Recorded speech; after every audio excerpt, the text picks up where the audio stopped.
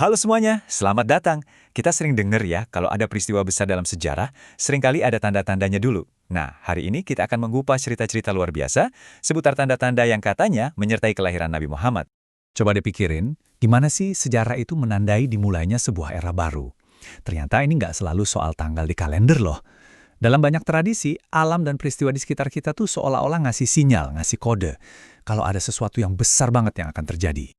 Oke, jadi cerita-cerita yang bakal kita bahas ini datang dari tradisi sejarah Islam yang namanya sirah. Ini adalah kisah-kisah yang diturunkan dari generasi ke generasi sebagai pertanda kebesaran. Tapi ada satu hal penting yang perlu kita catat nih. Seperti yang disebut juga di sumber kita, nggak semua riwayat ini punya tingkat keabsahan yang sama. Ada yang lebih bersifat simbolis, bukan kayak catatan sejarah yang kaku. Oke, kita mulai dari mana? Kita mulai dari serangkaian tanda yang pusatnya itu ada di salah satu adidaya dunia waktu itu, Kekaisaran Persia. Tanda-tanda ini, kalau kita lihat, ditafsirkan sebagai pertanda semacam spoiler gitulah, akan adanya pergeseran geopolitik besar. Jadi, ada dua kejadian besar yang terjadi hampir barengan, tepat di jantung Kekaisaran Persia. Dan dua-duanya ini anehnya seolah-olah menuju ke satu takdir yang sama, runtuhnya sebuah tatanan lama. Penasaran kan? Yuk kita bedah satu persatu. Yang pertama, ini soal api suci kaum Majusi, atau para penganut Zoroastrianisme. Coba deh bayangin, ada api yang udah dijaga menyala terus-terusan, non-stop, selama ratusan bahkan ada yang bilang ribuan tahun. Api ini jadi pusat keyakinan dan simbol kekuatan Kekaisaran Persia. Terus tiba-tiba aja, di satu malam yang sangat spesifik, api itu padam, mati total. Nah, ini jelas ditafsirkan bukan cuma sekedar insiden biasa kan? Nah, ini dia poin kuncinya.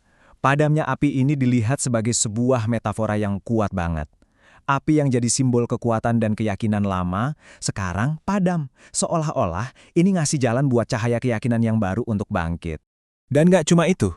Di saat yang hampir bersamaan dengan padamnya api suci, simbol kekuasaan duniawi Persia juga ikut goyang, dan ini beneran goyang secara harfiah. Istana Kisra, pusat pemerintahan, simbol kemegahan kekaisaran, tiba-tiba retak parah.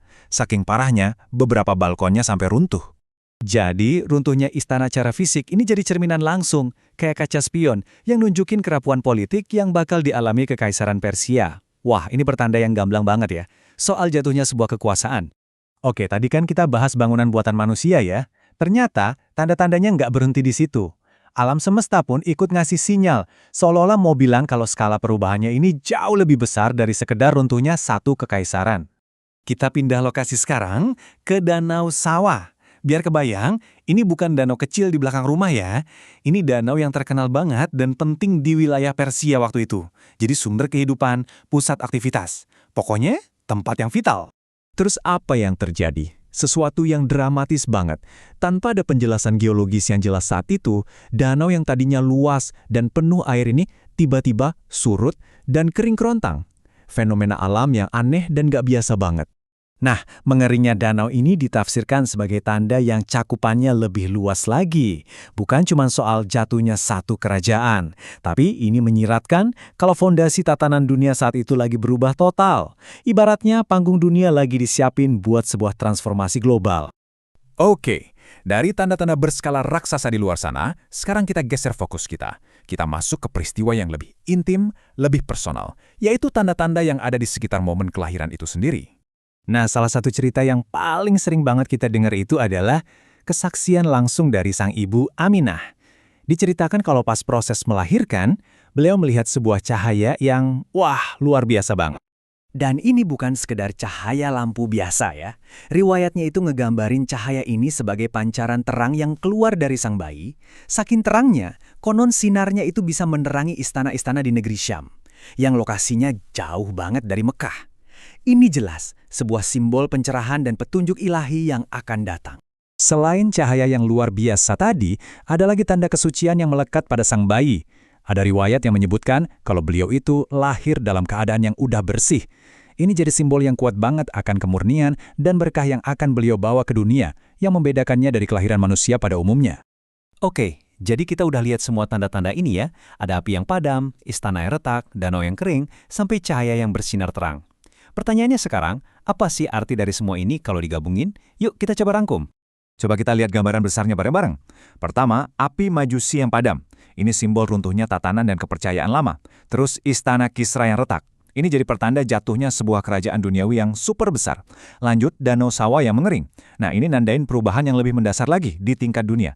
Dan yang terakhir, cahaya terang yang bersinar, ini adalah fajar atau awal dari sebuah era yang benar-benar baru. Jadi, kalau kita sambungin semua titiknya, cerita-cerita ini ngebentuk sebuah narasi yang kuat banget. Ini bukan cuma serangkaian kejadian aneh yang kebetulan, ini lebih kayak sebuah proklamasi simbolis yang ngasih tahu kita kalau sejarah dunia lagi masuk ke babak baru yang super penting. Ini adalah kisah tentang akhir sebuah zaman dan awal dari zaman yang baru. Nah, ini semua membawa kita ke satu pertanyaan buat direnungkan sama-sama. Seberapa besar sih peran cerita-cerita simbolis kayak gini dalam membentuk cara kita memandang titik-titik balik paling penting dalam sejarah peradaban kita? Coba deh dipikirin. Terima kasih banyak sudah menyimak.